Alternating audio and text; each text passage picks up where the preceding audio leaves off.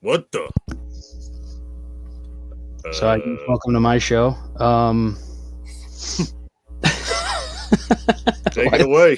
What the fuck? What the heck happened? I don't know. There's something to scream about. I think we might be having some technical difficulties. Probably. We're screaming about 7. Yeah. Okay then. We're talking Scream. Hello to everybody. Who said hi? Chris should be joining. Damn, us. Sed. There Should you I go. just let you run the show? Because that was a good start. Dude? Come on, man. Damn you. What the hell is going on, everybody? How are we doing?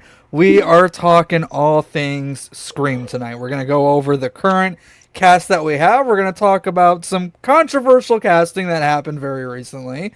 I'm going to give you some updates on the Who Killed Who project that I've been working on. We're going to talk about that. And then some other Scream-related topics that you guys might want to talk about. But how the hell are you guys doing?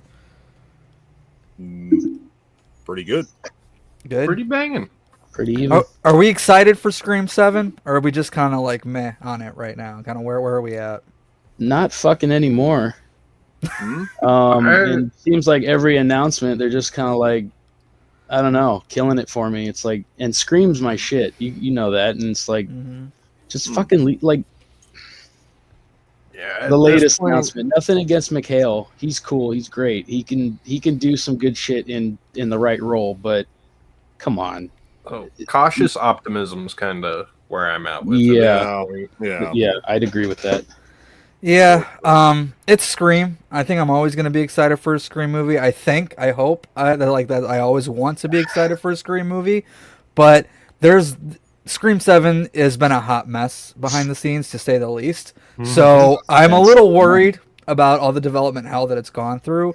But it's Scream, and we do have some returning characters that I'm kind of excited to see again, and we're going to talk about all that. But right now, like, I'm kind of excited, but I'm not, like, over the moon excited about it quite yet. I mean, we're still a ways away from it, so maybe as we get closer, I'll start getting more excited again. But for right now, I'm looking forward to it, for sure. But I am also a little bit nervous about some of it as well. I'm not going to lie. But, Right. Yeah. I'll agree. I mean, I'm always looking forward to another Scream movie, but I don't know. This one, I could see this one going really bad. I can I just hope see not. it. All right, let me say hi to some of you guys in the chat. Anton, are the live streams officially back? When I can. I'm still pretty busy with a lot of things, but yeah, this one was very impromptu. Like, as soon as the news broke yesterday, I'm like, all right, I think it's time we get the boys together and talk about this. One development and then 2 developments. Yeah, and we haven't Two really big talked. developments. Yeah, we haven't really talked about the progress of Scream in a while, and there's a lot that's happened. So I figured why not? We'll just talk about that. Ashton says, "Who are you people?" We miss you, Wes, more than you know. Yeah. Here's Shitty. What's going on, man? Department of Fears here. I seen Chud's Corner is here. What's going on, guys? Holly is here. Yeah. I scream at toilets and wonder why they want to eat me. Let's see. Jamie, what's going on, Jamie? Jamie has seen every movie in theaters ever. That's pretty. Ooh. That's actually pretty badass. I I missed the first 2. I still have to see. I did see 1 when they re-released it before 5 came out for like an anniversary or something. I did go watch the first, but I have to see 2 and 3 in theaters if they ever decide to re-release those. I got to catch the first 2, which I hope. I got to catch 2 and 3. Yeah. I mean, let's just hope Scream 2 doesn't go the route of, the opening. Maybe that's why I love 3 so much, because that was the first one I saw. Yeah. Maybe that's why. I don't know. Ashton says they keep making me more and more uninterested in Scream 7. You know what? I think that's completely fair. I don't blame you one bit on that.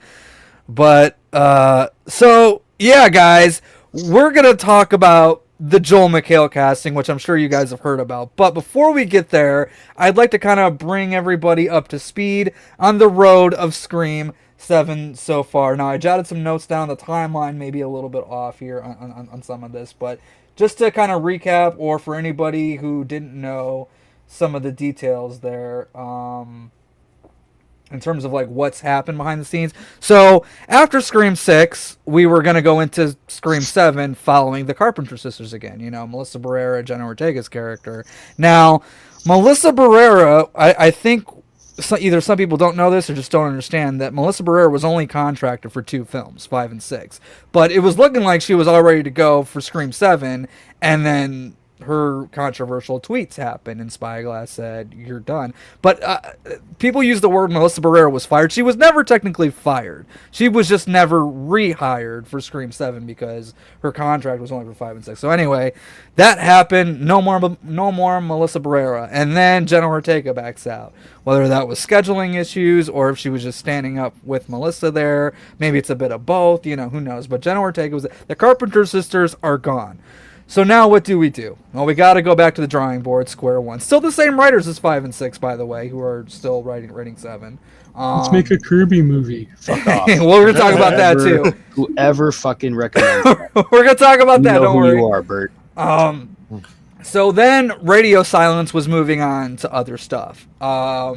And they get Christopher Landon, who is known for movies like Happy Death Day and Freaky, and who basically wrote all the Paranormal Activity movies and directed most of them.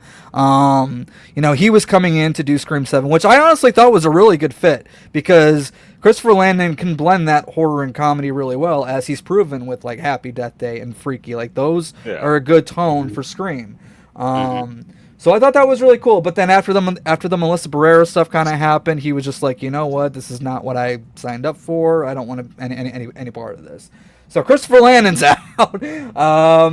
And then we get the new director announced, which is Kevin Williamson, the original creator, the original writer of Scream 1, Scream 2, Scream 4, and that's very important. And then he was like an executive producer on 5 and I think 6 as well. But so he's coming in. He was director for a small fucking period of time. Teaching Miss Tingle, way back in like, what was it, the early 2000s when that came out? Yeah, like 98.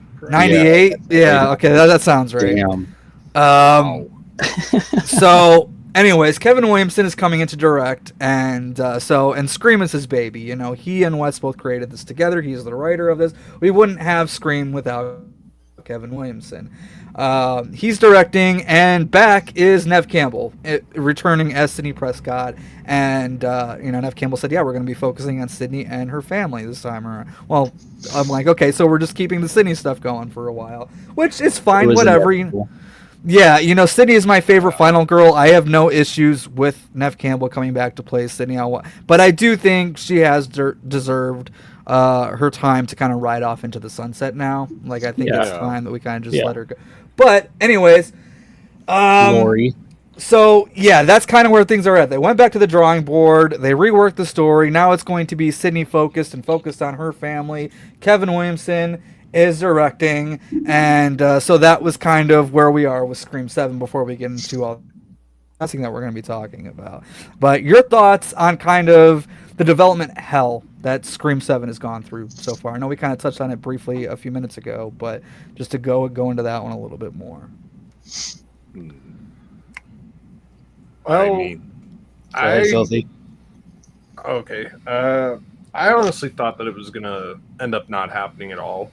Just the way the initial roadblocks were with Melissa and everything like that. Yeah, but to be fair, 5 and 6 did so well for Spyglass and Paramount that there was no way that they was going to let it die. And if I remember correctly, too, that wasn't the writer's strike going on last year, too? I think so. Yeah. Technically, that would be 2 years ago because it was 2023, wasn't it? I guess. Happy New Year. Oh, Happy New Year, guys. I know. But I thought it was still December here too. But yeah, no, that like with all that going on, I was kind of thinking, okay, most movies are on pause right now, and I just felt like every couple of weeks we were just feeling like something is going wrong with Scream 7. Mm-hmm. I kind of just filed it away in my mind. Okay, it might not happen. 6 is a pretty good note to end things off on. It's got enough conclusiveness to it, but it's also ambiguous enough. It would have been a great way to leave things. Hey, Brooke, how you doing? She ended up killing her sister eventually for being a pain in the ass. Careful, Jesus. Brett Man will really come at you with a torch for that one. I mean, Kirby's one thing, but he'll defend Jenna all fucking night long. I do like Jenna Ortega, and I do like Tara as a character, I guess, but I'm much more of a Sam fan than I am a Tara fan. Oh, yeah. I just think the character's better, but Yeah. and I do love Jenna Ortega though. It's Yeah. just, you know, There are just times in both films where you just wanted to slap the fuck out of Tara. Like, you're fucking stupid. right. But I get it. Whatever. All right, so let's start getting into this casting a little bit. We'll talk about the confirmed returning characters first, and then we'll kind of talk about the new blood that's coming in. Obviously, as we talked about, Neve Campbell is back as Sidney Prescott. Courtney Cox is officially signed on for Scream 7 to come back as Gale Weathers again. I don't think we have anything to say here. Are we surprised at all? Like, we all knew that those two were... No. Like, No. but here's Gail's my worry though. Grandmother now. She's grandmothered in for life. She's going to be in every fucking Scream movie. Yeah. Mm-hmm. Yeah. And well, like what I was just about to say here, one thing I do worry about is, like, are they gonna hit the reset button on her arc for the billionth fucking time? Yes. Like, The answer is yeah. yes. I can answer that one. Probably. I mean, look, Yeah. hitting reset on her on Scream 4 was one thing, because a whole fucking decade went by, and you know, Yeah. She's Like, getting cabin fever. narratively, I really hated it in Scream 6. So it's like, Mm-hmm. well, if they go about that in Scream 7, it's like, I mean, granted, she didn't help. This was like, because Scream 6 was like the only one where she didn't really help out at the end, like Yeah. at all. Right. Mhm. She got laid out. Mm-hmm. Right. So who Yeah. knows? Alright. Maybe it wouldn't feel as shoehorned this time around, assuming they do. Gail is the embodiment of the old expression: the more that things change, the more they stay the same. Mm. She's Like the that- Q to Nev's James Bond. I don't know. I don't know if Every I'd say fucking Q, but yeah. She's I going to could show say up. R. Whether she's helpful or not, she's going to be there. Maybe more like Alfred to Batman. Doesn't really Oh. help, but you're still kind of there. Yeah. That one flies a little better. I think. There you go. Q's at least helpful. Right. That's true. Okay, so moving on from Sydney and Gale, our next two are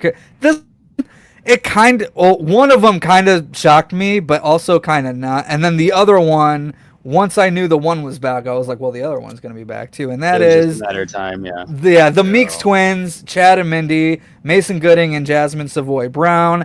They are back. Excuse me, from Scream 5 and Scream 6. Again, when Chad was in what Joel's last name was in Scream 2. No, but the actor's name is Dwayne Martin, so I think it's like a little nod to that. But no, I don't think Joel has Joel's a the last dad. name. Yeah, you think Joel's so? the Yeah, Joel's that would be cool. I just don't know how he would have met Martha at all. They were in two completely different places. But sure, by chance. like, It just happened. as far as the fan service, I'm for it. Like, Maybe went he back to went to school. the Oh, maybe he went to the Meeks residence with the complaint about Randy's death in his van. oh, Started it in the Randy got killed in my van. Like, oh, handled Maybe he it took very, flowers. very Yeah, met He her broke at. Maybe he went to my the window. memorial Like, service or something because he Like, felt I understand obligated your to. brother's dead, but he broke my window. The bloodstains aren't coming out of the carpet. my mind went somewhere really bad, but I I'm know. sorry. I'm dragging you down with me. Did you get it inside? Yes, I got it inside. Oh wow! God So Blu-ray damn. saying I didn't think she even needed to be in Scream. I'm assuming you're talking about Gale. Yeah, there's really Yeah, she not did. much for her to do in 6, to be honest with you. But as we like Sydney, like she is a staple at this point, so I kind of expect her to be there anyway, even if it's just a little bit. But yeah, so I was kind of shocked a little bit at Chad's announcement because my assumption, and I feel a lot of other people felt this way as well, is that they wouldn't want to really do the core 4 without the 4 of them together at this point. Since we don't have Sam and Tara, I wasn't really expecting for Chad and Mindy to be back as well. Now they do have the Martha Meeks connection. They are connected to Randy, and Sydney was connected to Randy as well. So there is that tie-in there, but I wasn't really expecting them to return. And then once Chad was announced to come back, I'm like, okay, Mindy's going to be back too then, I'm assuming. So what do we think about their return? And do you think they're at least going to address where Sam and Tara are, very much like they did for Sydney and Scream 6 when they were like, oh, Sydney's taking Mark and the kid someplace safe. Do you think we'll get like a quick little one line of them mentioning where they are? Or do you think they're going to want to just kind of leave it alone for now? They went into hiding with Kirby. They went into hiding with Kirby. Because she kept getting death threats. Yeah. Kirby took them into WITSEC. And I call that wishful thinking, but it makes sense. And then forgot where she left him. Now they're just lost in the United States somewhere. And she doesn't know where the fuck they're at. Oh, God. They should probably use Kirby's FBI skills to track him down. Fuck. God. I agree, Antonis. Joel is absolutely hilarious. He's an underrated character. Joel should have had a bigger role. He should have, man. I agree. So yeah, we got Sydney and Gail and Chad and Mindy. Those are the returning. I'm very curious how Chad and Mindy are going to tie into the story with Sydney Prescott and her daughters, though. Like, where do they kind of come into play there? Why are they not with Sam and Tara? Like, what is their purpose? Because I don't think the movie takes place in Woodsboro, so I don't think it's like, you know, they're all in Woodsboro again. So I'm kind of wondering where they're coming into the story for. I mean, You're gonna make them both the opening kill. He thinks I've heard a lot of people say that. I don't know. Would you kill both of them off though? I would kill Mindy off for sure. I would kill Mindy off for sure. Just because that character annoys me. Chad, yes, he should have died in Scream 6, absolutely. And that scene is awesome. But I at least like Chad as a character, so I'm fine if he's still around for a little while. In 5. I mean, he's the new Dewey. His stab wasn't that bad in 5, though. But yes, he is very much the new Dewey, and we go into that and who killed who. But I could totally get behind a Chad solo movie. I could too. Chad taking over, like becoming like Dewey. Maybe he becomes a deputy or something. Yeah. And you know, thinking, oh, he's for sure dead this time, and then he comes out the last fucking minute of the movie. Oh, look, he's somehow fucking alive. How is he alive? Yeah. It is what it is, you know. Chad's at that point, the character Chad, he's at that point where you could see him get gutted, holding on to his intestines and trying to shove him back in, and you wouldn't be surprised if he's just a flesh wound. Yeah, I was gonna say it's just a flesh wound. He's gonna lose both arms in fucking 7. He's gonna come out at the end. Did we win, guys? Yeah, look. As a fan, it's frustrating to have that kind of fodder in the movie, especially when his death scene in Scream 6 is so awesome and epic. Like, I absolutely love that scene, and his survival does kind of diminish that a little bit, but it's still an awesome scene, and I do still like seeing Chad alive, I guess. But, yeah, he absolutely should have been dead from that. No question. I think he was. I think they changed that last minute. I mean, like, obviously, very much like Dewey. Yeah. Just the way, yeah. I think just the way it was going and like the way it's cut together and how it just seems like he was supposed to die, but they just. Oh, fuck it. He's back. Like, so is Mindy after getting almost nearly gutted on the fucking subway. Just because you love a character and you know the audiences love a character, you can't keep them alive just because narrative convenience. Yeah. You know, you can't do it just because. It's like, hey, he had a noble death. He had a cool run as a character. Jason did a lot of stuff just because. Yeah. To be fair. Ashton says Chad's going to be a human pincushion by Scream 10 if they go that long. You know what? I think Scream's a franchise that could theoretically go on forever because Ghostface could be anybody, anywhere, stalking anybody. It doesn't always have to be about Sydney or the Carpenter sisters. So, yeah, I think we'll probably get Scream 10 at some point for sure. They go long enough and Chad ends up in a wheelchair and he still gets stabbed in like the leg or something. He's like, I can't even fucking feel it at this point. Oh, God. Talladega Nights. Blu-ray says, I think McKenna Grace's character might be the opening kill of the movie. So, yeah, let's talk about some of the new cast coming in. Well, let's start with McKenna Grace and Celeste. I think that's how you say her name. Celeste O'Connor.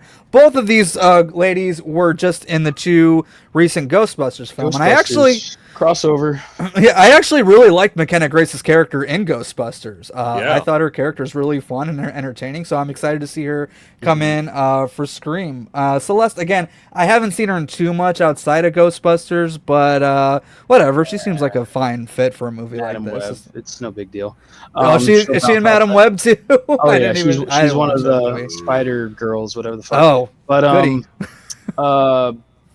I was disappointed with her character in the Frozen Empire, or whatever the fuck. Frozen. She- Well, yeah, that was just the way she was written. Though. Yeah. I don't blame her for that. Yeah, but she had a lot of promise, and then all of a sudden, in this one, she's just kind of like a C character. It's like, what the fuck? So, but anyway, I like both editions. I think they're going to be. Yeah. Who was casted as the daughters? It wasn't Grace, right? She wasn't. No. That is Isabel May, who we will get to in a minute. But since McKenna Grace was brought up, I figure we'll talk Okay. about her first. Okay, I couldn't remember. Yeah, I mean, I'm sure they'll be part of the Friends group or something, or like you said, opening kill. Yeah, One of for sure. Now, again, it's way too early for like actual solid predictions. You know, we haven't seen a trailer or anything yet. We don't know what the story is exactly, but just judging by looks and what we know what to look for in terms of our Ghostface killers by this point, looking at either of these two characters, because I think we can rule out the 4 returning characters as killers. I don't think any of them are going to be the killers. So we got to look at the new people, right? So do you think either of these two have Ghostface potential at all? Celeste. You think so? Over I think Celeste probably. more so. I don't think McKenna. I don't. Yeah, I don't. Unless mean- she played a spoiled Jill type, but Celeste wasn't freaky. I had forgotten about that. oh yeah, she. Yeah, that's right. That's right. But with McKenna Grace, I'm just so used to her being so stoic all the Mhm. time. Like she was Yeah. very stoic. I mean, I wouldn't say stoic. She was a piece of wood in fucking what was it? Which Annabelle movie Frozen. was that? Annabelle Comes Home. Comes home. Oh, Yeah, because she. oh, that was she her. played- yeah, she played the daughter in that movie, and Oh, then she comes to Ghostbusters, and she fit that stoic Spangler very well in Afterlife. But Yeah. then Frozen Empire comes along, it's just like you said, just sidelined. yeah. So I don't know if I could see her going from, I mean, if she can, that'd be awesome, from stoic to psychotic.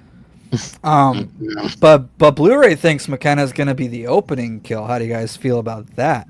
Possible.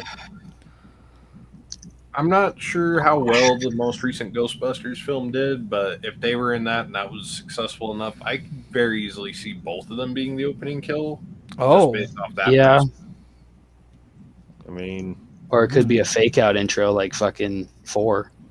oh how god, about- like a how stab intro. Come on, don't. Yeah. Oh no! Think about And it. they just play Stab is themselves or bad. some shit. Yeah.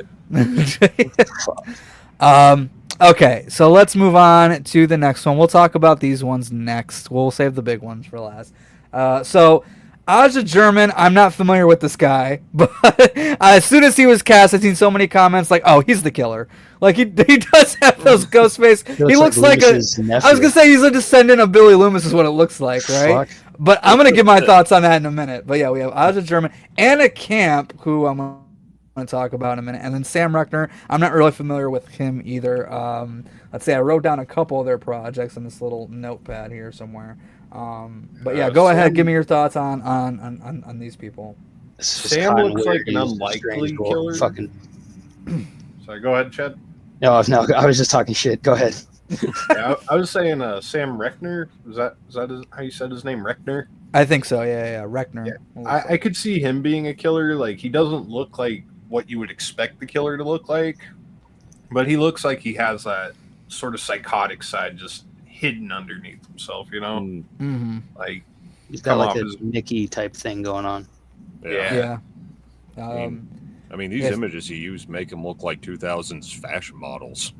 I'm talking like early 2000s Gap fashion models. Yeah. Sam Reckner was in The Fablemans, which I hear is an incredible movie. I've not watched it yet though, because it's fucking long, and I have to set that time aside, and I can't do that because it's a longer movie. But so he's in The Fablemans. I haven't seen that one. Aja German is from like the Boys universe and like that Gen V show, which I guess is like a spinoff of it. He's in that, but I'm not familiar with him. And then Anna Camp, as Jamie was pointing out, she's in Pitch Perfect.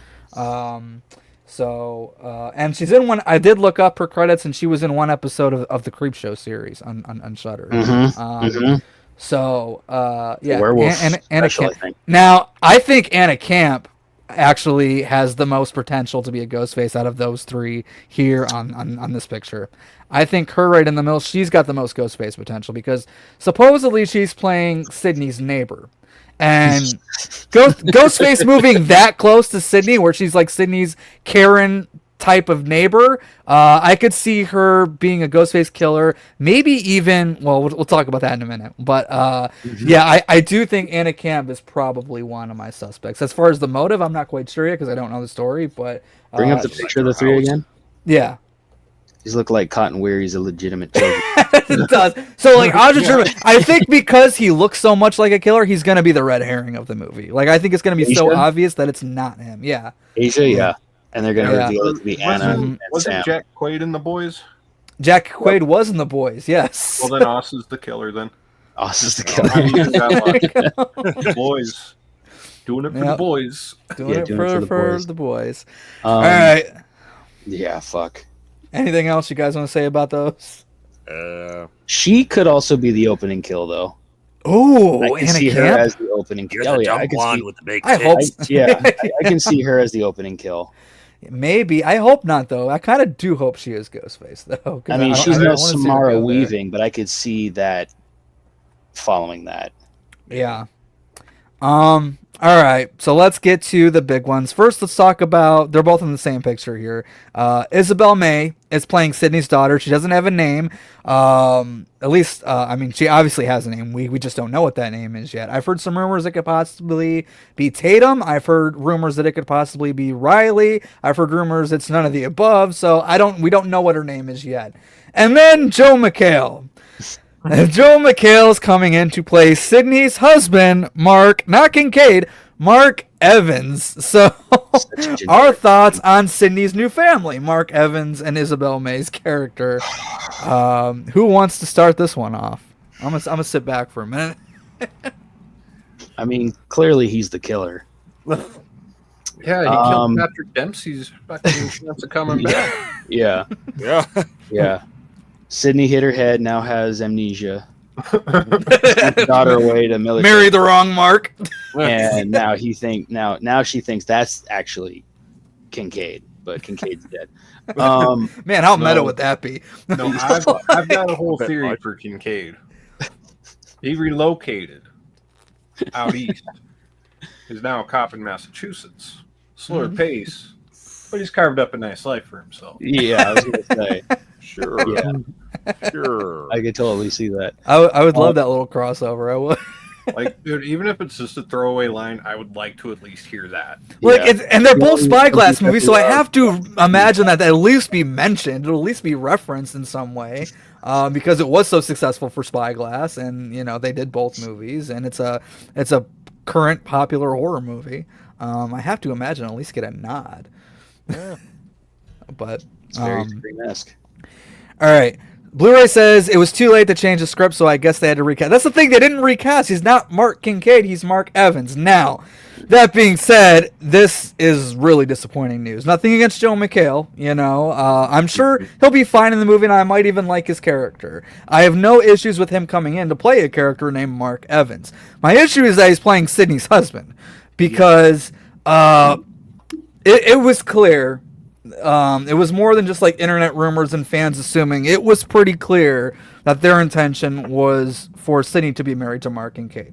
Radio Silence even said this off screen in interviews, where they said like, yeah, that was just an Easter egg because we're big fans of Scream 3. So we were like, hey, she married Mark Kincaid from Scream 3. That was Radio Silence's intention. Now, since Radio Silence has left, and since it was never revealed in the movie what Mark's last name was, I could see that being okay. It's like, whatever, if that was the case. But it goes a little further than that, and this is what makes me mad. Thank you, Ashton, for bringing this up. Didn't Dempsey do an interview recently saying he'll be playing Sydney's husband? I have the clip right here. So this was just a couple months ago. I believe it was in like October or November. He went on, I think it was the Today Show, and they were talking to him about Scream 7. Now, to me, he seems genuinely excited. about this, and he seems to confirm what we all were assuming and what Radio Silence had said before they departed. So check out this clip. Nev Campbell signed up for Scream 7. That's correct. So that's kind of awesome. in that universe, you guys are married. Correct. Could you be back fighting Ghostface? Well, you know, I'm waiting on the script. There has been a conversation about it. I haven't seen anything yet, so we'll see what happens. But Nev was actually on the show, which is odd enough. She played my sister on Grey's Anatomy, and then we worked together, oh my God, almost 26, 27 years ago. I think it was 99, 98. We did that. So you're open to it? Yeah, I mean, you know, it's always good to have a job. Yeah. So, okay, a couple things to take away from that. One, to me, he seems actually excited to be having conversations with the filmmakers, which he did confirm. He's like, yeah, we've been talking about it. I haven't seen the script yet. Don't know what's going to happen from now until then. But, yeah, I'm definitely open to it. And so, like, yeah, he seems excited to me. Did he seem excited to you guys? Very. Yeah. Okay. So there was one detail in there that I had to clip out just to go back to again, because this is what makes me mad about the whole Joel McHale situation. That's kind of awesome. In that universe, you guys are married. Correct.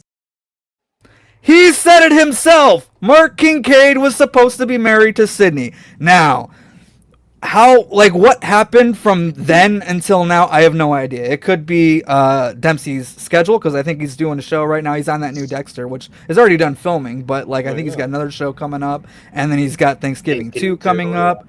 Yeah, so, like, maybe it was a schedule thing. There's rumors of, like, maybe he asked for too much money and they said no.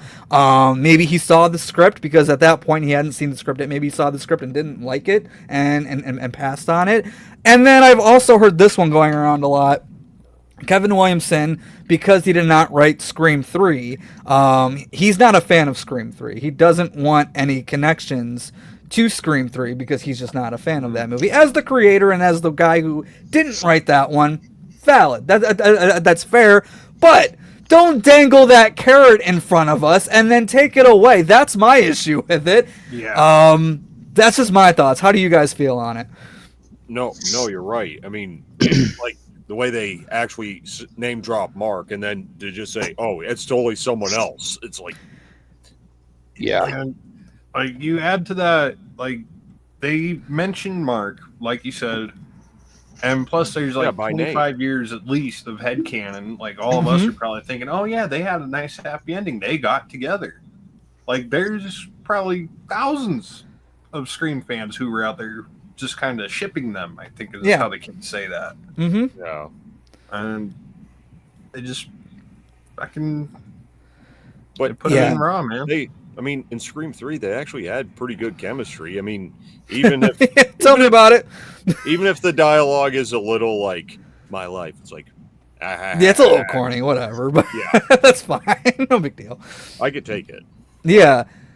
But again, It's- like Mark who? It could have been Mark anyone. Yeah, Like, it wasn't a coincidence that they It named could have, they and named I it would have been able to be okay with that if it was just in the movie, like, hey, how's Mark? Or Sydney's taking Mark and the kids someplace. If that was it, that would have been fine. But again, Yeah, I go back to this right here. In that universe, you guys are married. Correct. Clearly, that was the intention as of October. Still, so from October until they started shooting just a couple weeks ago or whatever, it's just, yeah. So yeah, don't try to tell me that's like, oh, they never said it was Kincaid. No, not directly, but that was clearly the intention. Yeah. That's where I have the issue.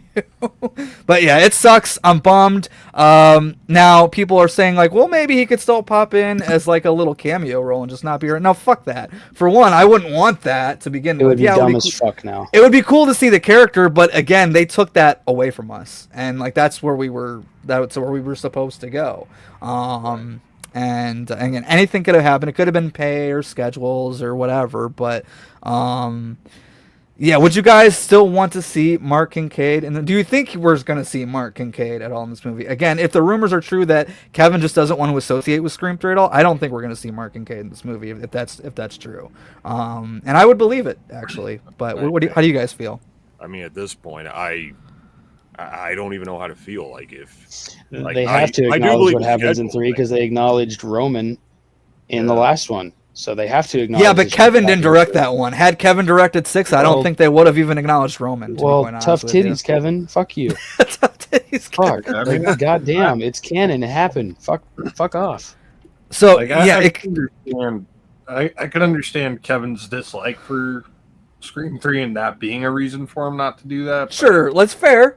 I really don't buy that. Like, It's got to, it makes yeah, sense, it's got to but be something I'm not else. buying it. And Tom says maybe Patrick Dempsey's busy filming Thanksgiving. From what I hear, I could be wrong on this, but from what I hear, they start shooting in March, which is still plenty of time for him to shoot Scream 7 and then do Thanksgiving 2, if they actually start shooting in March. That's what I've heard, but again, I'm not sure what happened. There could be a ton of different reasons, but Ashton says it feels like we got lied to. It does feel like we got cheated. We got ripped off. I think the only thing that will change this and will salvage this, because this is a horrible decision, like just flat out. It's a bad move. Again, nothing against Joe McHale, and I'm sure I'll even like his character. Exactly. Like I said, he can do solid work with some things. He was solid in Becky, even though he didn't last very long.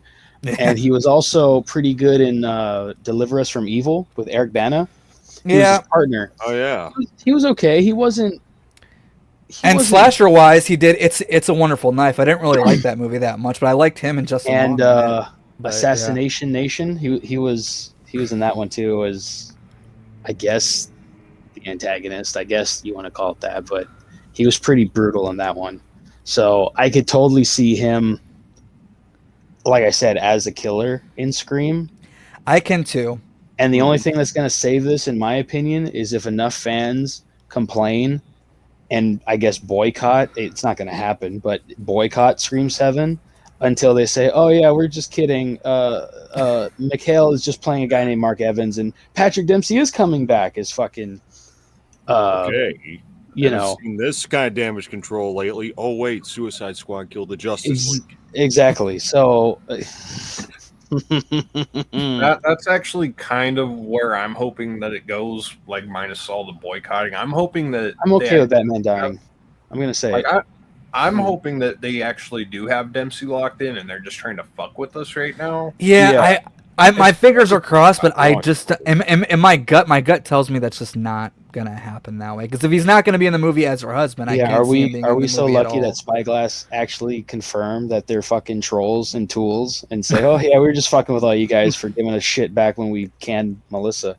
Yeah. I will admit, I'm not drinking this Kool-Aid that I'm stirring and trying to distribute, but I like to believe it. Jamie says it doesn't bother me at all. I won't let their decisions harsh my mellow. No, exactly. Yeah, And like that's, I'm trying not to, and it's Scream. I'm gonna go watch it day one regardless. Right. But it is a damn shame that we were so close to getting that character back, who I actually really like in Scream. It's like Halloween. And I've been begging since then to see that character again, and I thought we were finally gonna get him back, and then now he's gone. So I feel cheated and a little pissed off. But I'm still gonna watch the movie. I'm hopefully still gonna like Joe McHale in it. I don't think he's making it out of this movie. Whether he's just an innocent victim and just dies, or he is a Ghostface killer and dies by the end of the movie, I don't think he's making it out of Scream 7. I just can't see Joe McHale sticking around. He'll be fucking Ray from Halloween 2018 if he just what would his motivation be for turning on his wife? Well, I think he probably married Sydney to get close to her for whatever reason. So going back to my Anna Cam theory, and spent this long with her before he had a daughter with her, and I don't know. Let a couple other events happen. I don't know. Cause. Like remember what Dewey says in Scream 2: serial killers get off on getting all close to you like that. Mm-hmm. Maybe that. And of course, the obvious never trust the love interest. That's a big one too throughout the franchise. But so yeah. Now, what do you think of this theory? Joe McHale and the neighbor Anna Camp having like a secret affair and both being Ghostface killers. Do you think that is a likely scenario? I think so. Commitment to the cause. Yeah. Like she moves in next door, he marries her, they're in cahoots together. Maybe they're having a secret relationship on the side. I could totally see that happening. But as far as why, who knows? But assuming Joel McHale just ends up being a victim, we all know who's really going to be behind the mask.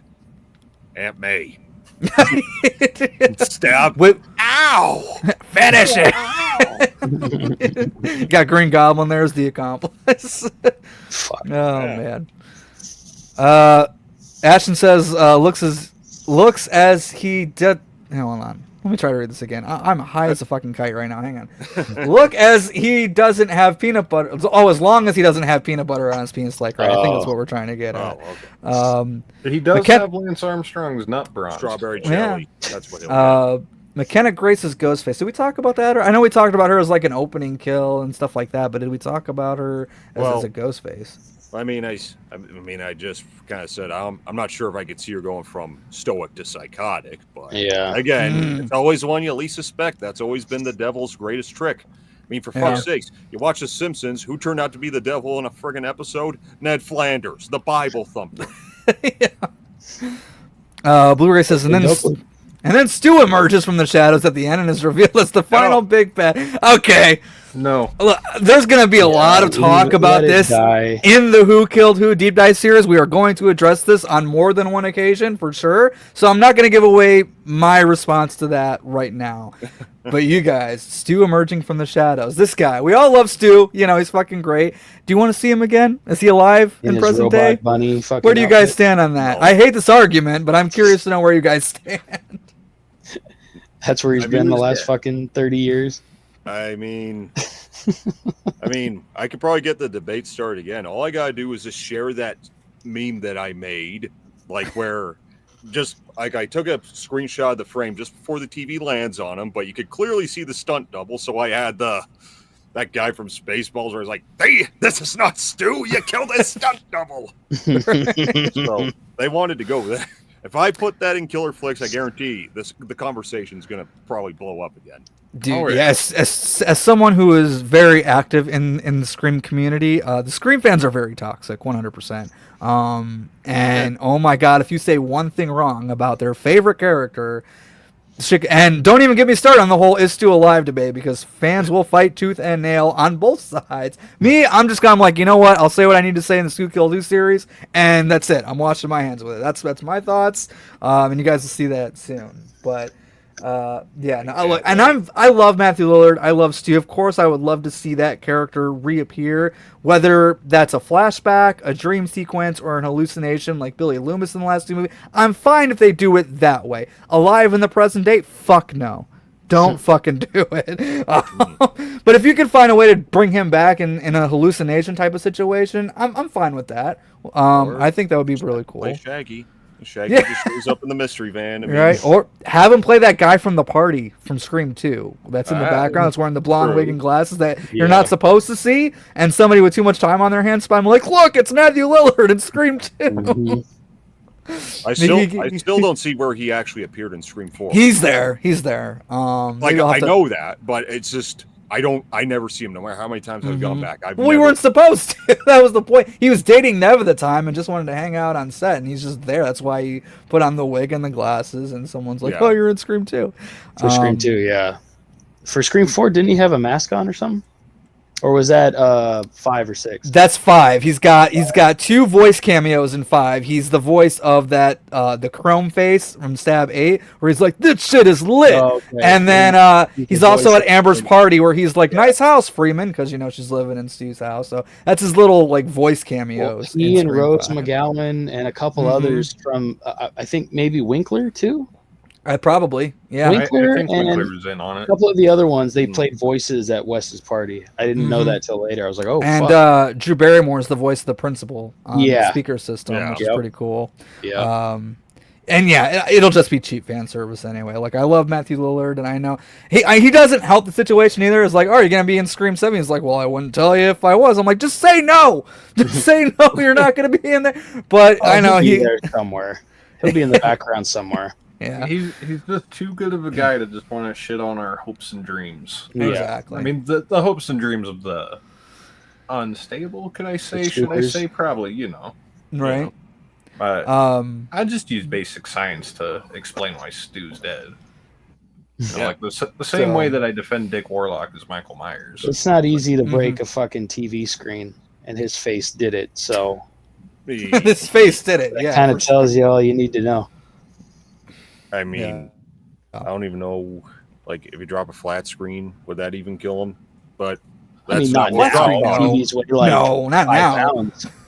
No, that just pissed him off at this Yeah, point. it might not even give you a concussion at this point. No, just They just bounce off. He would get on me like, good one, man. Jesus. That's what he would do. my turn. It's like, TV on my head. like, comparatively, that's like splashing cold water on your face. You know, like Yeah, he's so woozy. Flat Gives you a nice little jolt. Parked him. Get it? Yeah, so I'm gonna give some updates on this Who Killed Who project. It's supposed to be coming out in the end of February, early March, but due to this, partly due to the Joel McHale situation, there's going to be a little bit of a delay. It sucks, and as a creator, it's very, very frustrating for me because that's just more time. Because I thought I was going to be done by a certain time, so I could move on to the next thing. But I also don't want to put it out until it's completely where I want it to be. So what I'm doing right now is I'm fleshing some things out in Scream 1, Scream 2, and Scream 3. Now, those were originally going to be done hopefully on time, but it may have ran a couple weeks late, whatever. The Joel McHale situation happened, and in the narrative of Who Killed Who, like the overarching story that you get in all 7 episodes, I did write that Sydney was married to Mark Kincaid because, again, even back in October, that's what we were led to believe. I'm like, okay, he confirmed it, so I can write this into the story. I have to go back and change like the first 5 minutes of Scream 4 and Scream 5 where I'm kind of talking about that. So I got to change some stuff. I got to expand some things. It's still going to come out soon, probably, hopefully in March. So sometime. So it's not going to make quite the end of February, but sometime in March. So it'll still be out soon. It's just going to take a little bit longer than I expected, but it sucks for me. But it's going to be worth it when it comes out. Now, Dan, you have watched every episode so far. Now, he's given me notes and ideas and suggestions, but I'm the one doing all the writing, recording, and editing. So he's kind of a little bit unbiased. He just happens to get an early sneak preview. Can you give like the fans who are watching who are actually excited about Who Killed Who, maybe 2 of you are excited for all I know, but can you tell those people kind of what they're in for, like what you think will be worth the wait for them, since you've kind of seen every episode thus far and where it's currently at? So the short way I'll start off with that is by saying if you want to see a real Scream passion project, And don't suck up. Be honest about it. Come on. well, that's just the god honest truth. It's a passion project. You can honestly, you'll see the amount of work that went into this on his end, because there's some things that a lot of us wouldn't have really thought about as a standard viewing audience. He takes some of the things that just kind of fly under your senses of observation in the Scream films, and he dug deeper than I would have. And it's a long process, for sure. I've been known to dig pretty deep at things that I probably shouldn't, but that's what a deep dive's for, though. Like that's the whole purpose of it. So, but there might be some opinions that'll maybe rattle you a little bit. Like the stew is alive. People are not going to be happy with this. No. I can tell you that right now. Because there's times where you're 1,000% sure that Billy did this or Stu did that, and so on down the line. There might be a couple that he picks that make you be like, I don't know about that. And you're going to want to type the angriest but polite fucking comment that you can at him, Keep that discussion going. So, I know one from Scream 5 I'm still going to be pissed off about. Yeah, because that one's like we can't really get around that one. Like we know who did that one. Hashtag for sure. fuck you, Amber. So I was kind of thinking, so 4, 5, and 6 are pretty much completely done and in the can again. Outside of me having to go change the details with Mark Kincaid in 4 and 5 episodes, but like 4, 5, and 6 are pretty much completely done. Who Killed Maureen is completely done. It's mostly just 1, 2, and 3 that I'm kind of fleshing out and expanding and all that stuff like that. So I figured, maybe we'll watch the first couple minutes of Who Killed Marine together right now. We'll watch like the first, like, I don't know how long it is, 2-3 minutes. It's like it's the cold open before we start getting into the Marine Prescott storyline and before we kick off Who Killed Who. This is just like an introduction to the series itself. It's a couple minutes long, so maybe I'll just pull that up and we'll just watch the first couple minutes of that if you guys want to do that. Just to kind of give you a little bit of an idea. So yeah, here's the first couple minutes of the first episode. All right.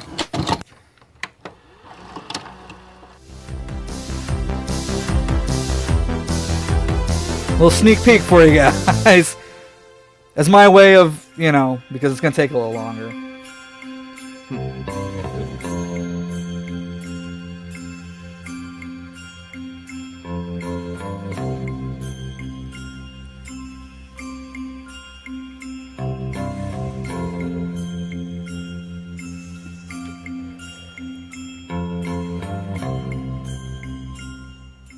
The Scream franchise is known for their twists and turns and killer reveals, but just watching the films at face value as they are currently presented, we don't really know for sure which Ghostface killers were responsible for what.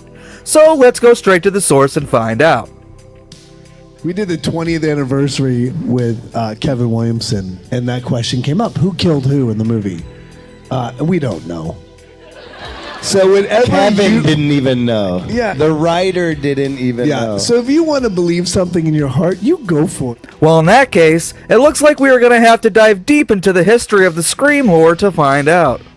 And since we are already familiar with Sidney Prescott's perspective of the story, let's flip the script and tell the story from the perspectives of each of the Ghostface killers instead.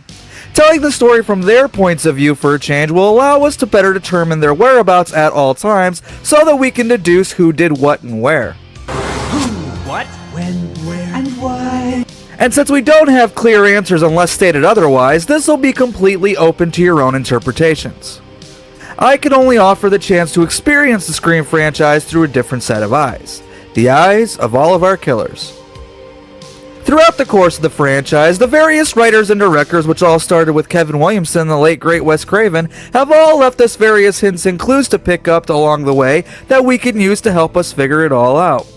Even with the multiple script leaks and changes that have taken place along the way. And all those you little fuckers out there that think that's really cute, fucking ruined our next 3 months. And if you would like to just jump around this series to your favorite episodes or favorite killers, feel free to do that. However, if you would like to experience the full narrative in its entirety, be sure to tune in to every episode of the series, as we will also be bridging the gaps in between the films and going into the history of the movies within the movies as well. But first, we will need to go back to the very beginning of the story. So, grab your videotapes and get your Jiffy Pop ready, and let's find out who killed who.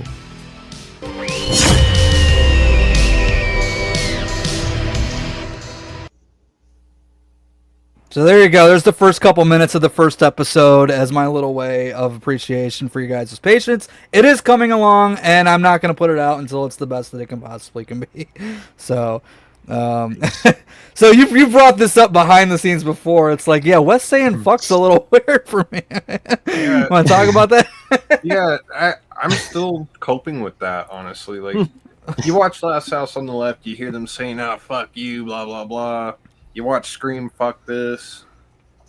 It's one thing, but when you hear the man himself in his gentle, teacher-like tone, it's like, When you hear it, you know he's pissed. Yeah, all you little fuckers out there. Yeah. it's like the first time you see your favorite uncle get mad at you, you know? It's got that same energy. Like, oh, no. Yeah, exactly.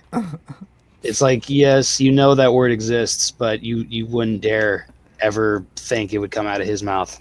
Yeah. And when it does, he means business. Yeah, it's like coming out of the tip of his pen is one thing, but from the lips, it's like, cause I could just see him like typing that and reading it back to himself. You dumb efforts. And then he'll probably wash his hands afterward. Yeah. So I just people forget, like, even back in 1997 when the internet was still a thing, there was still spoilers and script leaks out there. So that's not like a recent thing that's only like in this new generation. No. That's been around for a while, because Scream 2 in particular was ruined by that, and they even joke on that in Scream 3 a little bit. But so yeah, like, that's why I wanted to make sure that the first couple minutes sets up the entire series. Like, hey, this is my interpretation. You can look at it a different way. It's okay, since we don't have the actual facts a lot of the time. Even with all of the changes and leaks along the way, there's still enough clues for us to pick up. So that's kind of what I wanted to set up there. Are you going to be predicting every kill in the movie and which Ghostface killer? Yes, that is the main. That is the main draw, but we're also going to be doing so many other things. As I said, we're going to be talking about the movies within the movies, the stab movies. We're going to talk about all the behind-the-scenes history there. We're going to talk about the gaps in between films, like between Scream 2 and Scream 3, for example. And like we talked about, there's a whole decade in between Scream 3 and Scream 4. We're going to bridge those gaps. We're going to talk about what occurred during those time periods that we didn't see on screen. And then some other stuff like throughout the movie. Again, because it's from the killer's perspective, we got to place the killer's whereabouts at all times so we know who did what. That's what I think makes this more interesting than a lot of the other Scream contents that I have seen here on YouTube, where it's like... There is a lot of who killed who stuff on YouTube, and I knew that if I was going to do this, I wanted to make it different somehow and do something bigger with it and make it actually like an event. And a lot of those you don't really get the whole scoop on, well, where were they at this moment and what maybe was their driving force, you know? Like I think I've only seen one video that ever did that, where Zach Cherry was quite literally like... Yeah, Zach Cherry's a big one who's done it for sure. I got to meet him once, actually, so yeah, that was pretty cool. Fancy running into him and Skeet Ulrich's lineup, but like how he had like the fucking detail map, like at this point Billy's right here and Stu is there, and then I'm not that talented with the editing, but we do get the same message across in that sense. Yeah.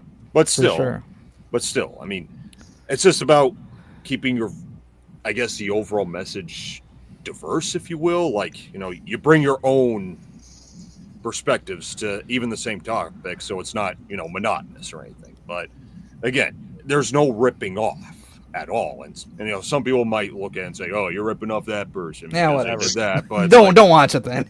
Exactly. Like, I don't care. It didn't bother me. And nor should they. But they shouldn't say that. It's like that's just how it works. Like, not everyone's going to cover everything, and then someone will pick up on something. Yeah, but it's been covered before. Is it? As long as you're bringing your own perspectives, that's what matters. The diversity in opinion, if you will.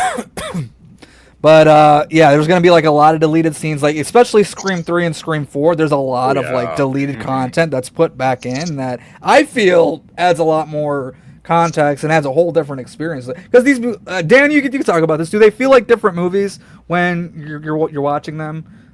Just all of them in general, particularly 3 and 4. Yeah. I mean, just there's some moments where something from the assembly cut or deleted scene from Scream 4 are utilized there, and you almost find yourself questioning when watching the Who Killed Who episode, wait, was this in the movie? Because you feel like you know this scene, but you don't know it at the same time, if that makes sense. And honestly, even watching these episodes by themselves as opposed to the film, you kind of feel like you have a different understanding. I hope so. That's part of the goal. Right? And it's... You consider, too, the pacing of the episode. It's not always going to be as long as the movie itself. Right. You're getting a lot of this information at a quicker pace than you do in that 92-hour runtime, you know? So, I don't know. It just... You get a very different perspective on how each Scream movie is sort of constructed, I guess is a way I could put it. Cool. So yeah, it's taken me time to get just right. It also kind of took a while in the editing process for the series to really find its footing. So that's another reason why I'm kind of going back and fleshing some things out more, cleaning up some of the editing, because it wasn't really until around Scream 3, Scream 4, where I felt like the editing and the pacing kind of really found its footing. So I was like, you know what? I can go back and improve the first couple episodes here, because like I said, 4, 5, and 6, I'm pretty happy with how they turned out. Yes, I mean, I might as well. I'm obviously going to do one for Scream 7 whenever that comes out, but that's that's going to be a ways away still. So for now, this is a 7-episode with, you know, Who Killed Maureen attached as well. It's a 7-episode series that I feel like does have kind of a definitive ending in a lot of ways. And I feel like by the time we get to the end, the goal is to give you a little trip down memory lane as we kind of sign off on the whole first 6 films as we kind of move into this new era of Scream that we're going to be going into. So I think that's going to be really cool. Like I even get emotional kind of going through those end credits. I'm like, damn, that makes me feel like super nostalgic. So hopefully you guys feel that as well. Oh yeah, big time. Okay, so I do have a couple clips here. Again, these are clips that I've shown before, but just because we're kind of talking about it, and I do have these ready to go already, we're going to watch a couple clips from Who Killed Who, outside the one we just already watched. We'll do like a funny one, and then we'll do one with some extra content added in there. So here's, we'll do the funny one first. See, if that was me, I would be out of there.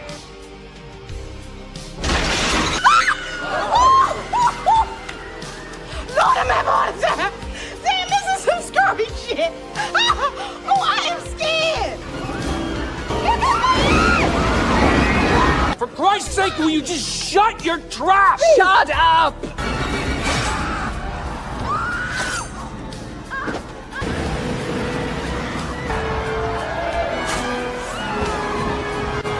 I don't know why y'all is acting like this.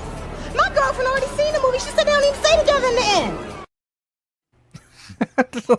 Fucking classic. And then, yeah, there's gonna be a lot of scary movie jokes throughout this whole thing. You know, I feel like I have to.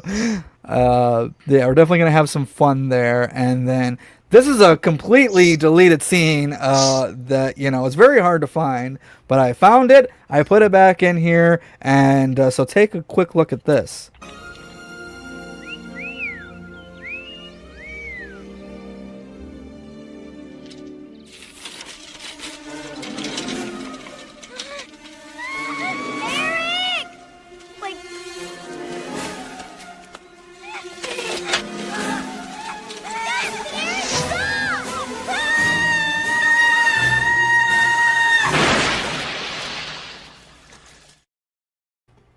I got you, you motherfuckers.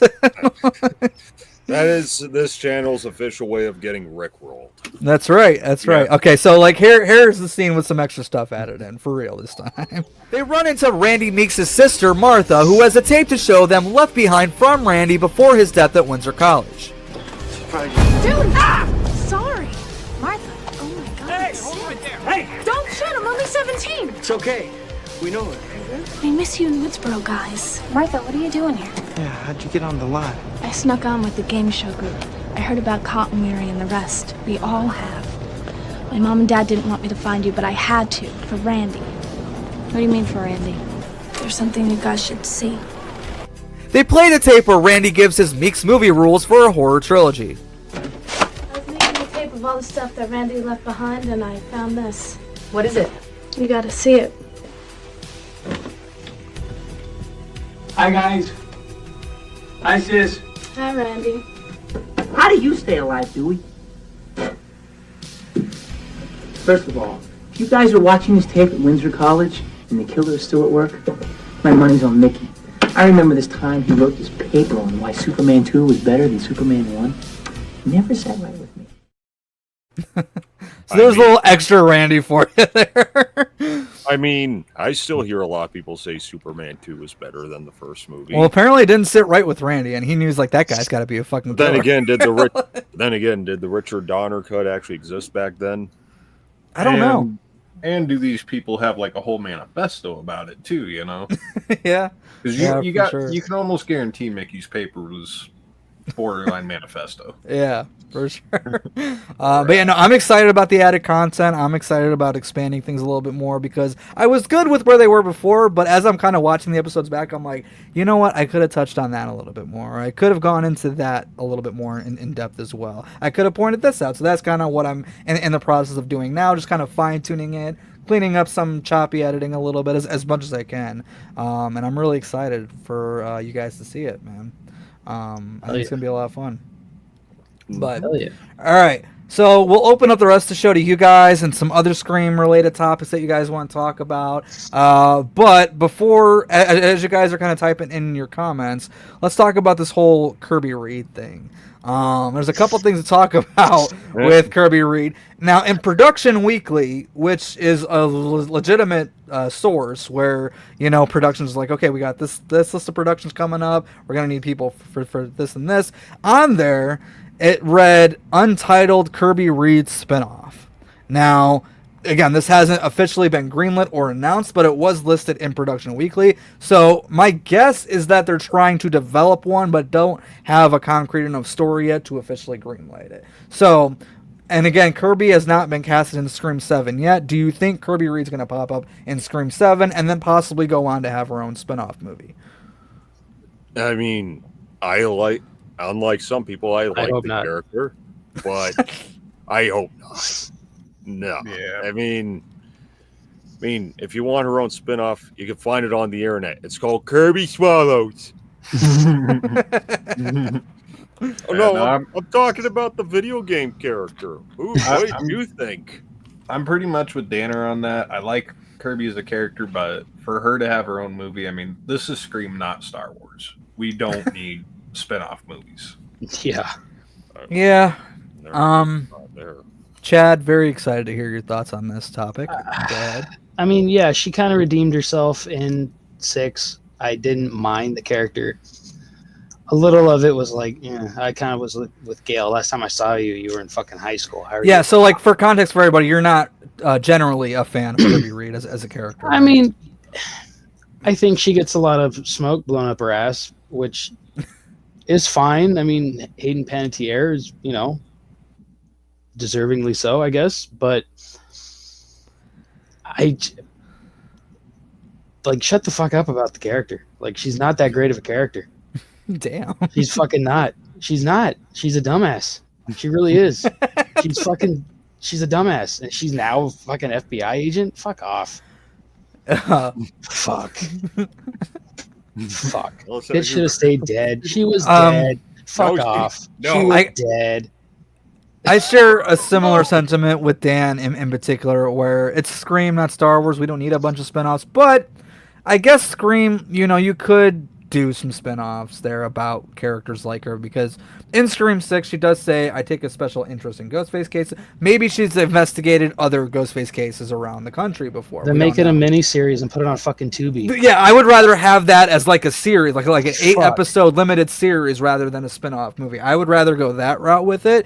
But how do you feel about the idea of, since we don't have Sam and Tara, and they obviously still want to keep Chad and Mindy around for a little bit, how would you feel if Chad and Mindy went off with Kirby to do some like side quests with Ghostface on that? Do you think like that could work, and that could be their way of trying to keep them around? The only side quest they would send them on is to go dig up some fucking research about some fucking horror thing or something, some killing, and just stay the fuck away from us.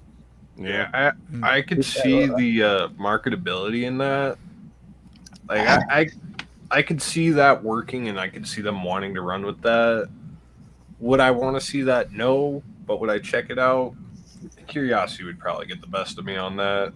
It'd have to be tonally different from Scream, I think, for it to work. Like, kind of maybe lean more into the humor. You got the sibling hijinks going on. Yeah. Then I fear it would just get too stupid. Oh yeah, and we'd be watching like the Three Stooges meets fucking Dracula or meets Frankenstein or the Mummy or some shit. Yeah. Level fucking fuckery.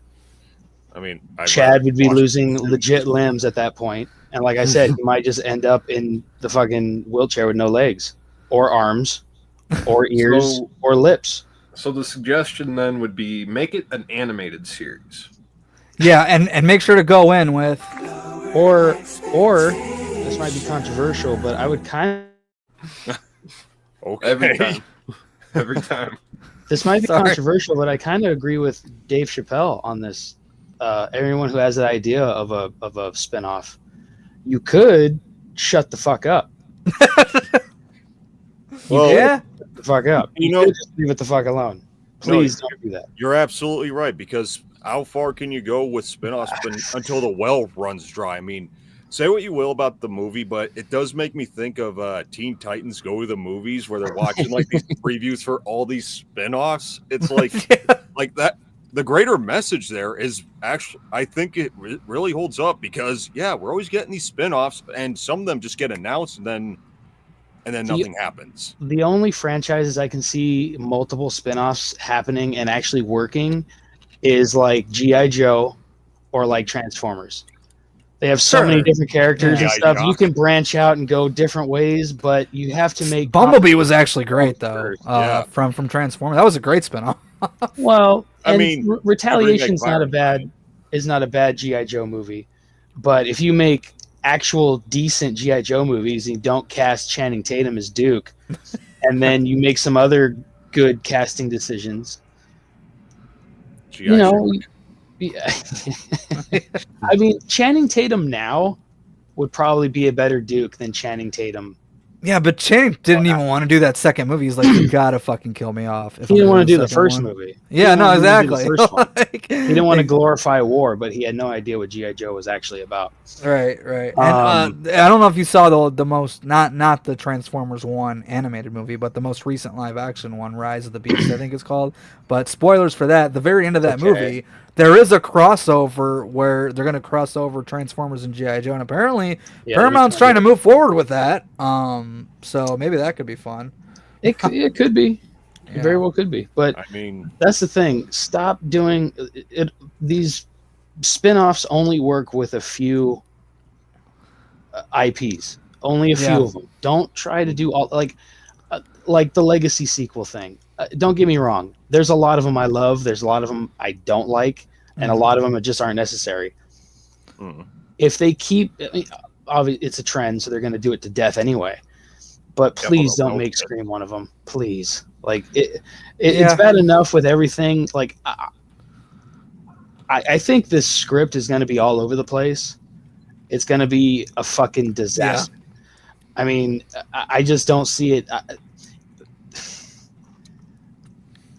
How do you logically bring Chad in? Like we've been saying the whole thing, none of this is going to make fucking sense. And tie it all to Sydney. Like they spent fucking 5 minutes with each other. No, I don't even think they'd spent that much time with each other. Okay, to be fair, she does know Martha. Like she does know their mother. Right. So maybe she's known them like before all the Sam and Tara stuff came along. Right. But is it like they're going to bring him back for a scene? Yeah, that's what I'm saying. Like they don't seem that important in Sydney's life, even though they do know each other, and they do have that like Randy connection there. But now it just doesn't feel like they're that close. Mark, and now with the 180 with Mark, like everyone knew that was fucking Kincaid. Yeah, he said it was. He said it was. And now you have to come up with a brand new narrative for this brand new fucking character that you just fucking created for no fucking. It makes no fucking sense to me whatsoever. I mean. If it's going to be someone named Mark, it could be some other Mark, No. Just hang on. Mark will be sitting there, and Sydney's going to be sitting on his lap, and Mark's going to be like, "Come on, Johnny's my best friend." Oh Jesus! It could have been that Mark. You could have gotten Mark from The Room. You could have gotten Mark from whatever other slasher movie that exists out there. It could be Mark Davis from Freddy vs. Jason. Mark from I'd sign up for that. That was his name, Mark from Friday the 13th Part 2. Yeah, there you go. Yeah. He'd be an interesting dad. Well, kids, I can't walk, so don't make me chase you. That'd be a funky bunch of kids there, man. All right. But, so I want to ask this to the chat too because I'm curious to know everybody's answers here. But again, as I said earlier, I think 4 returning characters is enough for Scream 7. I don't really need any more because we got to flesh out the new blood and introduce them. But let's say you could have 1 or 2 more returning characters from who's still alive. They have to be alive. Who's still alive in the Scream universe that you would like to see again? Do you have any particular ones that stand out, excluding Mark Kincaid? Because I think we've kind of already talked about our thoughts on who's left. I'll tell you what. I'll give you mine. Joel for sure. I want to see like one scene with Joel and Gail kind of reunited to where maybe Joel is now a reporter, and they have a nice and more little successful. Moment. Yeah, that would. She would be so pissed if he was Oh, more yeah. successful than her. I made but- you, motherfucker. Yeah, so I would like to see Joel again, and I would say Wallace, but I would only want to see him with Kincaid, right? I hope that they're still, even if they're not partners anymore, I hope they're still friends, you know? Yeah. I mean- because Wallace is just too good. I Yeah, mean, they had- Wallace, they had a good Wallace might have camaraderie. gotten killed off. Do you think so? Wallace might have died. Yeah. No, he just went to the sewer and wore a red towel. He drank himself to death. I can see him getting mouthy he at a went to the traffic sewer. stop. Yeah. Getting a little too mouthy, pulling someone over. Oh yeah. Oh yeah. Let's see who else would come back. So Joel and Wallace for me. Oh, those are my answers. I mean, trying to Neil's well, dead. We trying kind to of think- talked about this one off screen one time. Hank Loomis. Yeah, we Now, did talk about It, that. it would make more sense in a movie where you do have Sam involved. Yeah, I agree.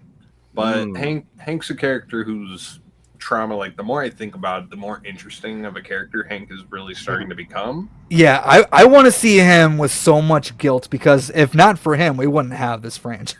If not for Hank Loomis's actions, like we wouldn't have gotten Billy becoming a Ghostface killer and thus creating every Ghostface killer after We wouldn't that. have Billy. Yeah, we wouldn't have had Billy really. Roman still would have been there because he got right, rejected by Marine before that. So Roman would still exist and would still be probably a Ghostface killer of some sort. But yeah, without Hank Loomis, man, this franchise doesn't really take off. And he lost his wife, he lost his son. First his wife leaves him, then his wife dies, and his son dies. Now he's got a granddaughter out there. I'm sure he's heard the news about it by now. Everyone knows that Sam is Billy's daughter. It's all over the internet. I would like to see how Hank Loomis deals with that. Do you think Hank stayed in fucking? If he was smart, he wouldn't have. No. Yeah. Do you think he stayed in Woodsboro? Nope. No, I don't think so. No, No, I don't at stays in all. Woodsboro. And if they, because I know the deleted scenes are sometimes canon, sometimes not. If I remember correctly, the thing about Sydney's dad dying, Yes, I think that was a deleted scene. There is that is a deleted scene in Scream 4, which is not included in Who Killed Who. Most of the Scream 4 deleted scenes are put back in. That one is not, because again, you never know. There's a chance Lawrence could still show up one day and play on Neil Prescott again. But yeah, there is a deleted scene where Dewey mentions to Gail, like, Sydney hasn't been in town since her dad's funeral or something like that. Didn't It's a they quick throwaway imply line. in 5 that he died? No, there's that no he mention of was him in dead? 5. No, there's no mention of him in 5. Maybe it was just the deleted scene then. It was just that deleted scene, yeah. Now, to be fair, deleted scenes aren't canon, but I did put them back in there to make it canon for Who Killed Who. But yeah, so deleted scenes are always tricky with that stuff.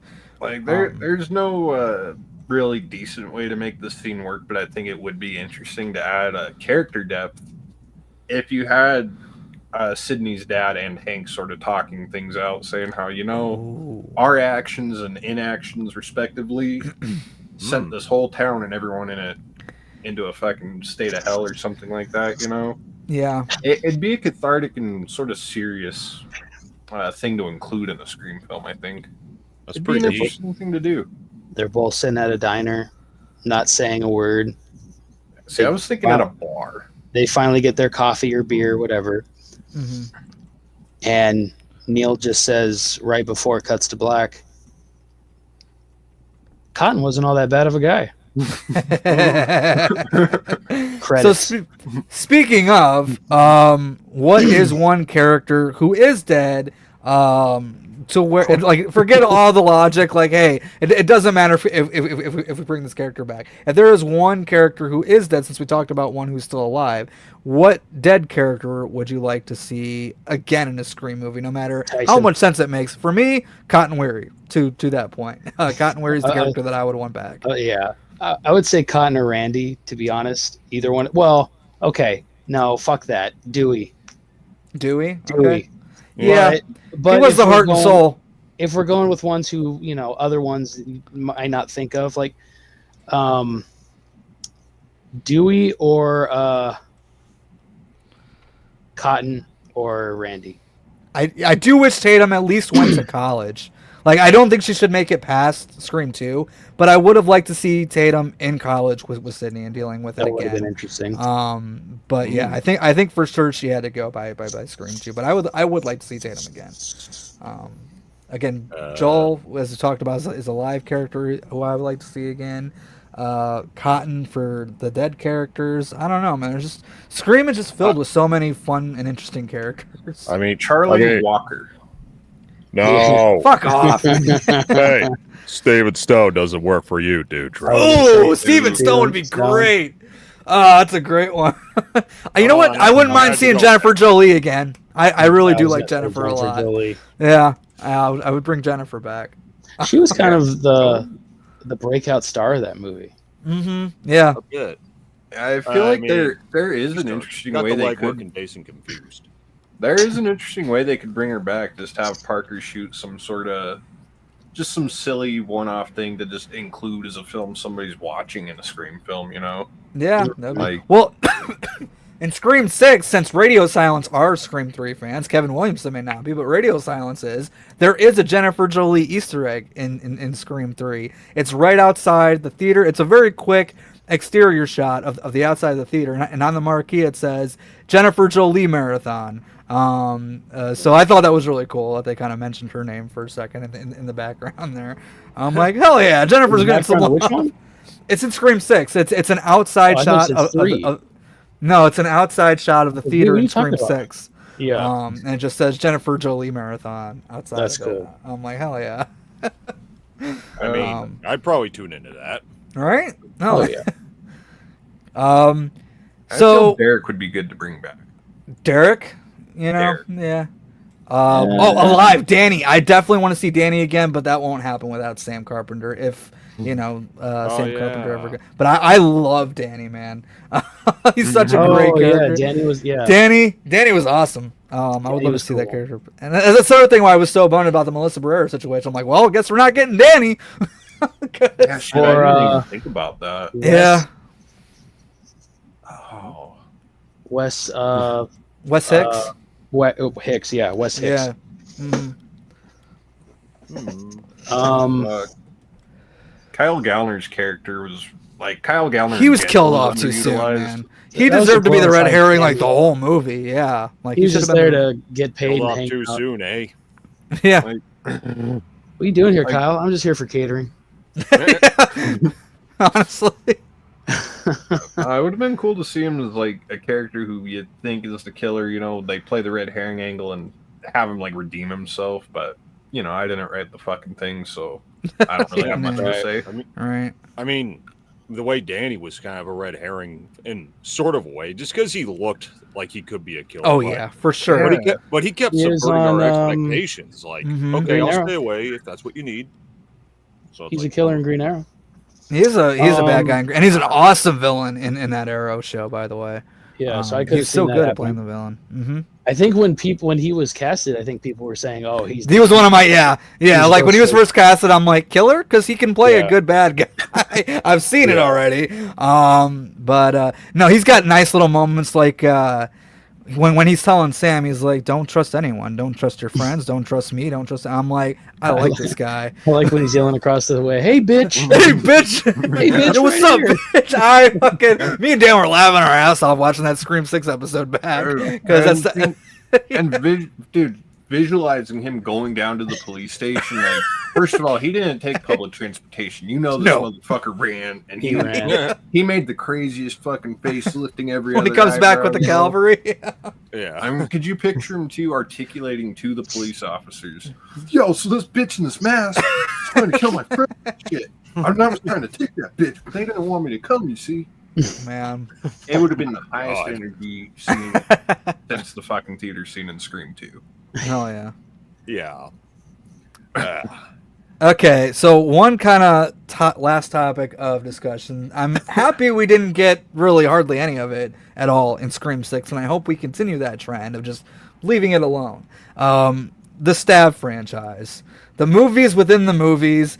Scream 6 didn't really have much connection to any new Stab movies. They just said, okay, Jason and Greg are Stab fans. That's it. That's all that we had. There was no new Stab movies out. We didn't see Stab the musical that was advertised on posters. That never happened in the fucking movie. So going forward, Scream 7 going forward, would you like to see them go back and tackle more of the Stab stuff, or are you just sick and tired of it like I am at this point? I mean, the last clever thing they really did with the Stab movies was in Part 5, where they, like they're making it the Part 8 and saying, "Oh, it was directed by Ryan Johnson." Oh, fuck off! Kind of clever, but kind of stupid at the same time. But like, where do you go from there now? Because I don't know. Like, you want it to relate to real world, like perception from fandom, like they were doing right there, right?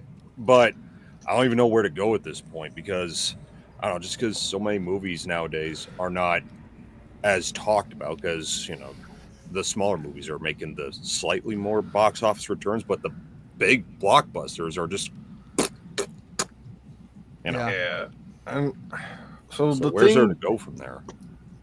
I wouldn't be against the Stab movies coming back in the Scream films. Like, if they made maybe one or two since the events of Scream 6, because, these mainline killings are happening again. Yeah. I could see it generating public interest, so maybe they decide to start up again. Gail did write a book on 5 at least, but I feel like at least to include a throwaway line of, "Hey Mindy, you catch that Stab 10, Stab 9, whatever, No, fuck that shit. Like I've lived that. I don't like Stab anymore. Like something like that would be fun. I want an intro of one of these films to be like David Schwimmer playing himself. That would be awesome. And he's going crazy because he can't get any work because he's a part of the Stab franchise. Say he's doing Goosebumps now. Maybe that maybe he could do it. Yeah, but he goes, he loses his mind because he can't get work because of Stab, and then he's hunting down he kills Luke Wilson, Tori Spelling, and whoever the fuck else survived. And then he offs himself, and they're like, more news out of Hollywood. David Schwimmer taken down by the police after blatantly killing blah blah blah blah blah, and they play it off as a fucking news report, but that would be the end of it, and just be fucking the end of That's Stab. A good way to close off the Stab shit. Just fucking done with it. That actually kind of does bring up like they can have some fun with it and just say goodbye. That does bring up something that me and Chris were talking about one time. My dream Scream movie? Yeah. So essentially my dream Scream movie would be, obviously a lot of fans want a new Nightmare style Scream movie where you could have the cast coming back and playing themselves. Anybody could, you could have Matthew Lillard there and it would make sense. So like I love the idea of that, but to expand on that, I want it to take place not on a Hollywood movie set where they're trying to make a new Scream movie. I want it be at like a convention, because the Scream casts are always at conventions together. What if some crazed fan at like some Scream themed convention where like everyone's wearing Ghostface, very much kind of like Stabathon, where like everyone's wearing a mask, and then they just start killing the real life cast members of this movie. That is my dream Scream movie. If you're gonna do that, you got to bring characters from all of them. I would agree, but like it's an easy way to bring everybody back. Like we're all in the convention circuits anyway. We do all these panels and whatnot together all the time. It's an easy right. And it would do too the right balance of fan service and being able to tell an interesting story. And a nice homage to Wes too, and what he did with New Nightmare, I think. Oh yeah. After all, it would be the 7th chapter of the franchise, just like New Nightmare was. Yeah, it would be. I don't think so. It's all 6s and 7s. Shelf this one. Make that one. Then release this one. Yeah. Maybe see if Patrick will be interested to come back and then do this Scream 7. Fix it. I'm so mad. Like, you have no idea. And a lot, again, we explained this earlier, but I've seen a lot of people be like, I don't understand what the big deal was. He wasn't like a favorite character. He's from Scream 3, the arguably worst one of the franchise. I'm like, of course, I'm not asking you to get it. I'm just explaining to you why I'm personally upset about it. I'm also in the boat that there's not a bad Scream film. There's not, no. And Scream 3 is actually my favorite sequel. Yeah, exactly. It's my favorite sequel for sure. It's definitely not better than number 1, or I'd say number 2, but it, as a technical movie, but it's the most It's enjoyable. so much fun. Yeah, it's a blast. I absolutely love it. Can we go back to real quick? I want to add one more name. Yeah, somebody who shouldn't have died. How interesting would it be if Roman never died? Oh, and he was Stu in a lot of these fan theories, where he's the one in prison. If you believe Roman's dead, whatever. Yeah. But no. It's known he's alive. actually in prison. Okay. It's known he's alive. He has weekly visits from Sydney. She tries to understand him more, and that's her brother. Very She's not Silence of the totally- Lambs. She's not going to abandon him. But he's like the Hannibal Lecter. He doesn't get out behind bars, and he's just like manipulating. Yeah. Ooh. I'm maybe down not. for that. Maybe not orchestrating anything, but he's definitely the inspiration for all these copycats. Like Whatever. telling her to Yeah. stop looking at it like a real life thing. You have to look at it like a movie, Sid. Yeah, and he can only have like a scene. I'm a director, Sid. A scene in each film. That's all he needs. Where she goes to see him, and she tries to like, okay, what would you have done, or whatever the fuck. Mm-hmm. That would have been interesting. Yeah, because that would have fleshed them out more as siblings, and given them a lot more to play off of. Yeah. But all right. Anyway, all right. Anything else Scream related that you guys wanted to kind of touch on and talk about before we kind of wrap this up? Just fuck Amber. That's it. Okay. Charlie needs to get his roses one of these days. Look, you saw Scream 4. Did I do all right with that? Because that's another thing that I wanted. Like, even I'm not a big fan of every single Ghostface killer, but I do try to give respect to every Ghostface killer because I know every killer has their fans. Dan is a Charlie fan, so you're a Charlie talk about fan? that. Yeah, Oh, yeah. I like Charlie. I like me some Charlie Walker. I can't stand the guy. I mean, I'll say this: he's no longer my least favorite Ghostface killer. Mine either. I'll I mean, accept Amber. Amber and Ethan are still below Charlie for me. Oh yeah. So dead flowers those may be. Charlie still got his flowers. Crazy Ethan. He had a lot more personality than just Yeah, friend but Ethan. of that family, though, I'd say he's my least favorite. He's just the Well, the whole obvious. family's fucked. no, good. Yeah, but I just felt like he was the least interesting because with him, it's just the same shit. Oh, guys, I'm totally innocent. See, I don't He's know just the baby. going on. Yeah, he's just the baby brother. Yeah, it wasn't much of a character, but I didn't mind him. One line to Tara. I always wanted to stick something in you. Oh, Tara. that line's so bad. That line is alone- not in the Who Killed Who series. Spoiler alert. That line got cut. It's pretty bad, but just for being like that low of a piece of shit to say something like that, I gotta give him a little bit. I think the intention was he was trying to go for his little Stu moment where he's like, I always had a thing for you, Sid, but it just didn't work. hands It down. completely fell flat on its face. Yeah. But I think that's what they were trying to go for in that moment. that's But it's exactly what that delivery it's was. I will say that instead of being more like a Stu thing, that did end up coming off like a Charlie thing. 4 years of classes and you're just It now was noticing stupid me? bitch. Oh, Yeah, As that's much where as I like- where he lost me. As much as I like Charlie as a killer, I will admit that is a little. The one thing I'll give Charlie for, he's arguably the most brutal Ghostface we've had in terms of his kills. That I will give him credit where credit is due. As someone who's been Sexual looking at frustration, every frame and studying these films, especially for the past year, I can confidently say I think Charlie's the most brutal. But so I'll give him that. when they're in costume though, they feel like, and I know that's the intention. They're supposed to Right. feel like Yeah. they're completely different characters from who they're revealed to be when they're unmasked. But again, that's the idea. Of course, Right. But if you're going that with Charlie, like to be one of the most vicious and unrelenting ghost faces, and then 4 years of classes and knows me now, it's like those are completely different characters as far as I'm concerned. Right. Yeah. And that wasn't Amber in that hospital. It's his Anakin Skywalker moment. Ooh. I didn't want to bring the prequels into it, but How dare you? I'm dare you. trying to find points to kind of make people feel. The prequels aren't that bad. Come on. Dude, No, they're not. Aside from Attack of the Clones, that movie's still pretty fucking bad. But Dude, like I Phantom love Menace and Star Revenge of the Wars. Sith, I'll kind of Phantom- stand up for. Phantom Menace if you like just a joint on a fucking Sunday afternoon watching Phantom Menace. Yeah. Oh man, Jar Jar is not that annoying, to be honest. Honestly, no, He's really not. No, I mean, he's really not. I mean, he's a pain in the ass for sure, but not really annoying. Is he an annoying character? Yes. Is he that annoying? No. The dude shouldn't have deserved fucking death threats over playing that No, but I'm role. glad that he no got. one deserves that shit. I'm glad that he did come back to the franchise. Me too. Me too. And, yeah, but I mean, his best comeback was in Robot Chicken. Like, come on.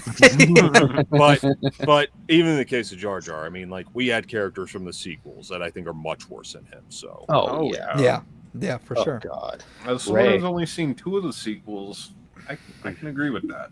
Ray's worse than Jar Jar. yeah, I actually agree. But you know, it is what it is. All right, so I think that wraps up. I think that wraps up our Scream discussion. This was fun. We're definitely talking about like maybe doing this again, like when the movie gets closer and we have more information and maybe a trailer. Maybe we'll just get on and kind of talk about our predictions before the film comes out. Maybe something. We'll definitely get together again closer to when the movie comes out. We'll do more streams together before then. But as far as Scream streams, I guess, whatever you want to call it, that Drum Dumps has that title, so I got to call it something else. Watch the teaser or something. Fuck with us too. Yeah. Show us a completely different fucking movie than what we actually get. Yeah, probably. But like, it is what it this is. doesn't seem so bad. Then we watch the movie. It's like, this is by far the worst fucking Scream film. But Chad, what's going on with you, man? What do you got coming up? Anyway. I think something with you, right? Coming up soon. Yeah, we do have a podcast again, and we're gonna have to wait until Scream Who Killed Who's done. But yeah, we're gonna get on starting our podcast here shortly in the near future. Tales from the Misfits, where we're just gonna talk about like all kinds of shit. Misfit shit. That and something coming down the pipeline for March, maybe. So we'll see. All right. Uncle Filthy. Department of Fear, what's going on over there, man? I'm still on a pretty good pause right now. So I got nothing right now. Just the spontaneous live appearances, guest spots and stuff. The Giraffe Slayer. What do you got going on? Well, let's see. Well, just like with Dan, we're still on our little hiatus due to personal reasons beyond, well, at least my control anyways. But we will be back in February with Carter Sauce's Frightful February. We're watching like Elvira. I know that's one of the movies we're doing. Fuck yeah. The rest remains to be seen. And which Elvira? Mistress of the Dark. Yeah, More yeah. likely? Okay. Yeah. Again, I'd have to look up my list, but I don't feel like digging in my messages right now. But then in March, I know I'm jumping the gun a bit, but you know it's a new year. Why not? Why not get the shit out there? Yeah. March we'll be doing a watch party for the Lord of the Rings trilogy. We'll be bringing on Wolfman from Mega Movie Z because it's been a long time since we've had him on the show, and he's a Lord of the Rings fan. I haven't talked to Wolfman in a while. Shit. But and this is just something that I came up with kind of recently, but maybe in September. And I will be opening up the floor to guests on this one. We might do the Scream watch parties in September. But again, Scream in September, I mean, the title remains to be seen, but Carter and Caleb, they're down with that. So, yeah, guest spots will be open for that one for sure. Danner Stabathon. Tanner Stabathon, hell yeah. September Stabathon. Sounds like it sounds like a bad porno. Oh, you know what? No, I'll save that one for the Tanner does Dallas. Oh, come on. But Danner Stabathon, yeah, I'm saving that for the spank. Stabo-vision. There you go. As for me, as I said, I'm still working behind the scenes on Who Killed Who, making it the best that I can be. Once that's done, you'll start seeing the normal content coming back. I got a lot of pre-recorded ideas. I got some ideas for some lives that I want to do. We got some podcast episode ideas that we're talking about. So there's going to be lots coming up once Who Killed Who is out and once I start getting the ball rolling on the Saw channel as well, because that's another channel I got to relaunch as well once everything is all said and done here with Scream. So it's taking a little bit longer than expected, There's been some delays along the way. Thanks a lot, Joe McHale, for adding on to those delays. But I guess Spyglass just decided that Joe McHale was better. But this is. I wonder if he had any idea how much shit he was gonna get when he's. What'd you say, Chad? I wonder how much shit he thought he probably didn't think he was gonna get enough shit. Well, that's the thing. I don't think people are really No shitting way on to him. They're find out. shitting on the decision. I think Yeah. more than anything. Well, I'm sure there's some out there giving. Oh, him shit. yeah, Why for would you sure. accept that? Fuck you. But so yeah, the Scream stuff's gonna be really fun. I'm enjoying watching the episodes back once they're all kind of cut together. That's been really fun. As a Scream fan myself, I think it's turning out okay. It's like Danner's- behind the music, but for movies. Yeah, pretty much. man. Franchises. Yeah, that's kind of what I'm going for with both Scream and then the Saw project right after. So it's gonna be fun. But as far as content goes, that's it for a while. Again, we might do another random stream here and there before then, but because you never know what's going to happen. But I figured we should probably get together and talk about all that's going on with Scream 7 because there's been a lot.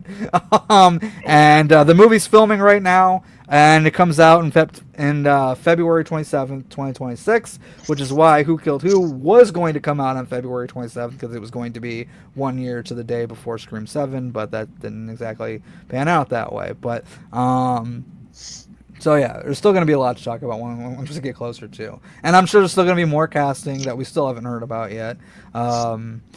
So yeah, I got nothing else left to add, you guys. Keep screaming. Fuck you, Amber. Fuck you, Amber.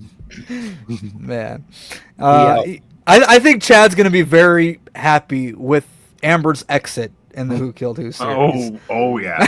I think Chad's gonna be very pleased with what I was able to do in the editing room with Amber's farewell scene, as you would say. So, little hint, wink, wink. But yeah, that's it, guys. We will see you guys next time, and so I want to have two of my favorite guys take us out. So here we go. Good night, everybody. Be excellent to each other. Party on, dudes!